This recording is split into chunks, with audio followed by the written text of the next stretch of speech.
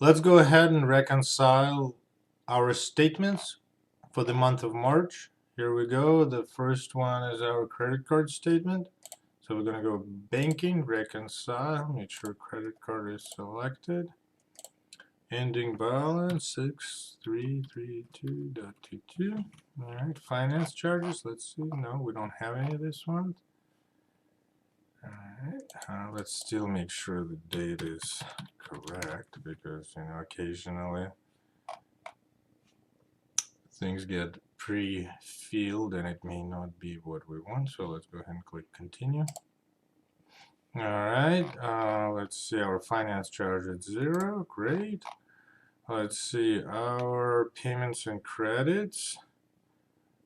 All right, here's our payment. Here's our credit. Excellent.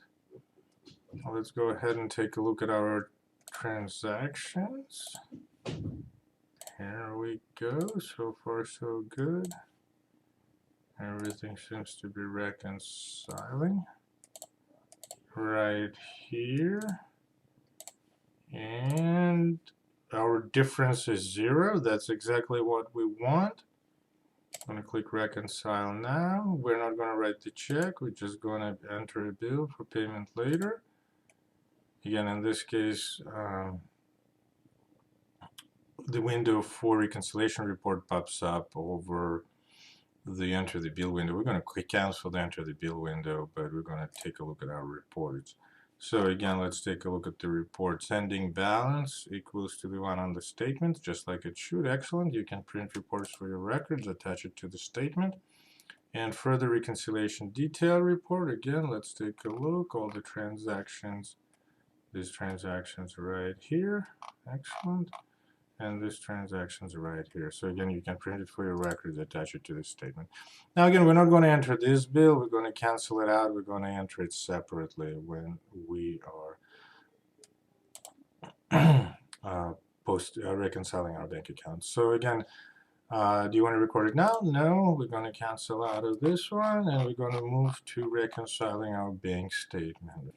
Let's go ahead and reconcile bank statement for the month of March. So here we go. We're going to enter reconciliation module. Let's make sure dates are correct. Ending balance 4912921. Service charge. Let's see, do we have a service charge? Yes, we have a $25 service charge. Let's make sure the date is correct because occasionally it's not pre-filled correctly. Yes. God, okay. Let's go ahead and change that, even though we don't have it, just to keep the dates consistent. Okay, so just to make sure, again, in this interface, we're actually, once we click continue, we will book an accounting entry. And it's, again, QuickBooks is wonderful with creating user-friendly interfaces that allow you to book transactions better. However, it's very important to understand what's happening behind every interface and what is being affected and what are our debits and credits. So again, let's take a look. Again, our bank account, 11,100. And what's happening here? We are paying for a service charge. So our bank account is an asset. It goes down to decrease an asset account. We credit it, right? So now let's take a look what is being debited. We have our expense account for bank service charges. Again, it is being debited. Again, please keep in mind, so even though we enter it once here, this amount here serves both as a debit and as a credit, right? So it serves as a credit to our bank account because it reduces it, and it also serves as a debit to the expense account 61,600 because it increases it, right? And expenses increase when they're debited. So here we go. Once we click continue, this entry will be booked, right? So here we are. We can start with our reconciliation. All right, so here we are. Let's take a look. What do we have? We have our $25 charge right here, so we're going to click that. And we have our checks, right? So here we are. We have our checks. Those are reconciling. What else do we have? We have payment, the credit card payment, right? So here it is right here. And we can see that we still have difference, right? We haven't reconciled our bank account. So we can see that some of the entries have not been booked. And what we'll do is we'll book them off statement. It's a typical procedure. And again, the beauty of QuickBooks is that you can actually do it without exiting the reconciliation. So we're going to stay in reconciliation and we're going to book these entries. So what do we have? We have deposits, right? So those are our sales. Those are our cash deposits from cash sales. And then we have merchant account sales. Those are the credit card sales that customers use credit cards to pay us. And then our merchant service provider routes the money to us and wires them to our bank twice a month. Okay, so let's get on with our deposits. We're going to use make deposit module.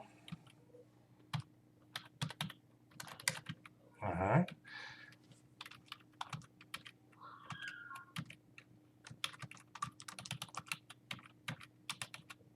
So again, what we have here, we're entering amount once, but we actually, again, debiting and crediting accounts, and this amount serves as both a debit and a credit. And let's take a look what is being debited, what is being credited, right? So what do we have here? We have our bank account, 11,100, and it is going up, right? Because we're depositing the money, so the balance in our bank account is going up, and bank account is an asset, and therefore it's increased through debit. So here we are. And then our sales go up, and sales slash revenue used interchangeably, those accounts are increased through credits. So what do we have here? We have a credit for our sales account, goes up. We have a debit for our bank account, that goes up as well, right? Entries in balance, again, even though we enter the amount once on this interface, it serves, this amount right here serves as a debit to this account and as a credit to this account. So we're going to click Save and New because, again, we still have a few more to enter. Again, we're still entering them. We're not reconciling yet, so we're not going to click anything on this side. So let's continue.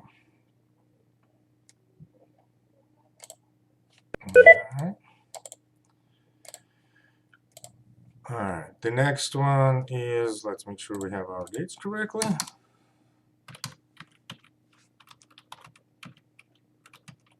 Basically identical, that's cash sales,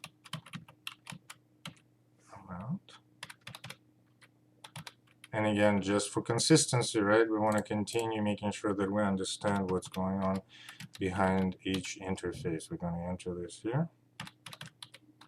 So again, this amount serves both as a credit and as a debit to these accounts, right? So we already went over it, so I'll just continue.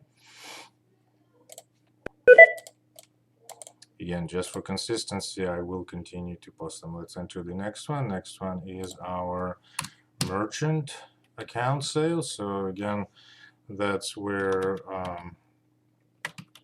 when our customers use credit cards to pay us, our bank processes those payments, and you know, depending, different arrangements have different frequency. In our case, it's twice a month. So again, we have it right here. Let's go ahead and enter it.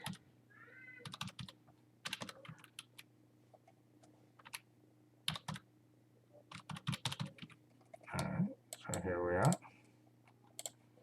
Everything is in agreement, right? Our dates are correct. Double checking everything. Let's continue. All right.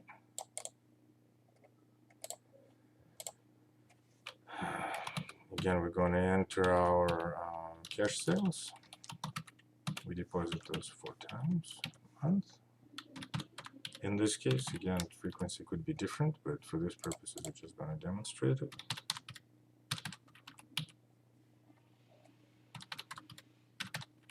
All right. So again, these are the debits and the credits for this specific entry. It's very important to understand what's being debited, what's being credited. All right, let's make sure our date correct. Always double check your dates. All right, everything is good here. Everything is good here. We're good to go. Save and new.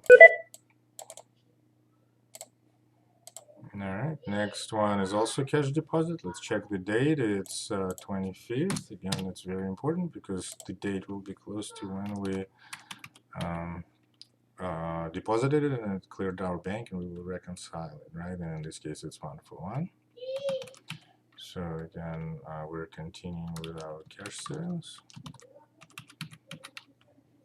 All right, here we are.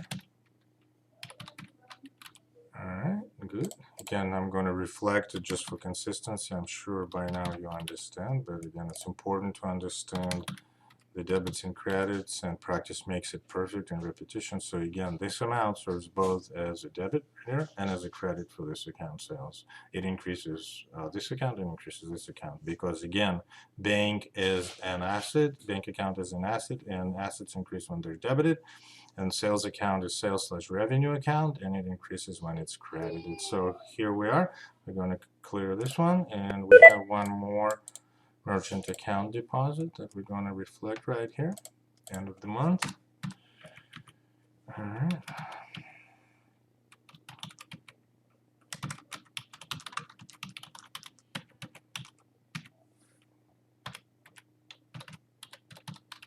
All right, here we are. We're just going to again reflect it for consistency to make sure that we are fully on board.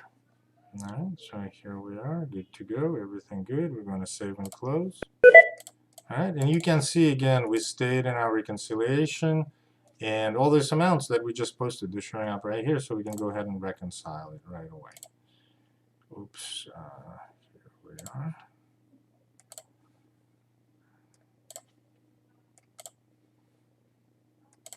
All right, wonderful. So far, so good. Okay, excellent. All right, so we're done with that. We still have a difference, right? Well, the difference comes from these transactions that we haven't posted, right? So what do we have here? We have a draw, right? And basically what happens here is when business makes money, the owners take the money out, and that's called the draw, essentially, out of the business. The money leaves the business and reduces bank account. So we're going to book those. And then we have also merchant account fee. And this is the fee that the bank charges us for processing those credit card payments from our customers, right? So we're going to book it using General Journal Entries module, one of my most favorite, because again, you already know why. It has debits and credits right here, right? And that's my favorite part, right? So we're going to go ahead and use that. So what's happening here? Well, we know one thing for sure, right? Our bank account is going to go down, right? Because it's withdrawals and not the debits, right? So again, please don't confuse yourself when you see debits here. These are debits for the bank, and it's their terminology, right?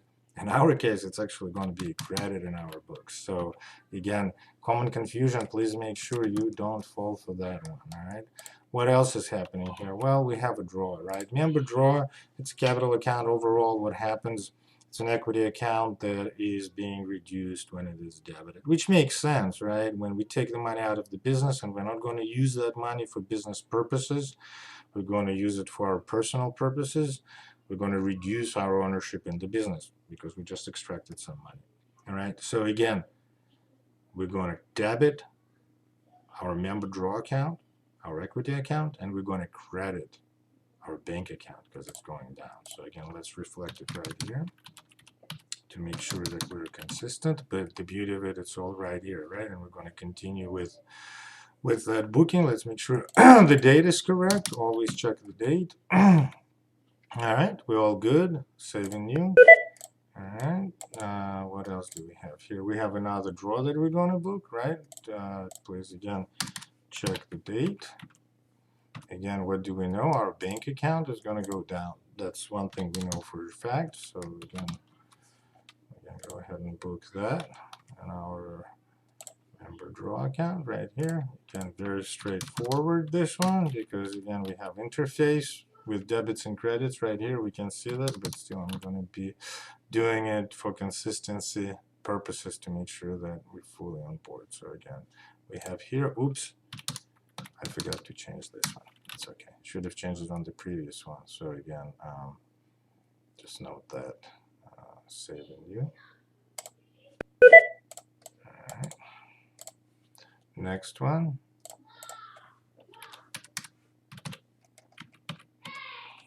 Okay. So again, we're gonna Here our bank account, it's going down. And our member draw account, all right? Again, we're going to reduce it. All right, so here we are. Again, debits and credits are here. I'm going to click Save and New because we're going to book one more thing. All right. And we're going to book the merchant account fee right here.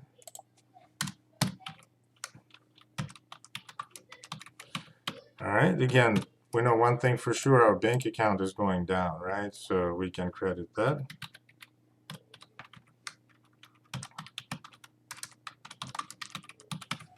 All right, and then we also know that our expense account for merchant fees is going up. So here we are. All right, so our bank account is going down, we know that much. And our expense account is going up. And again, we know it from this interface. That's the beauty of this interface. And we also have it right here explained, right? So again, expenses go up when they're debited, assets go down, right, when they're credited. So we are paying this expense with our cash from our bank account, therefore our bank account balance goes down and our expenses increase. All right, so we're good on this one. I want to do one more thing just again for consistency. So we're going to save and new, and then again these wonderful arrows right here allow you to go back.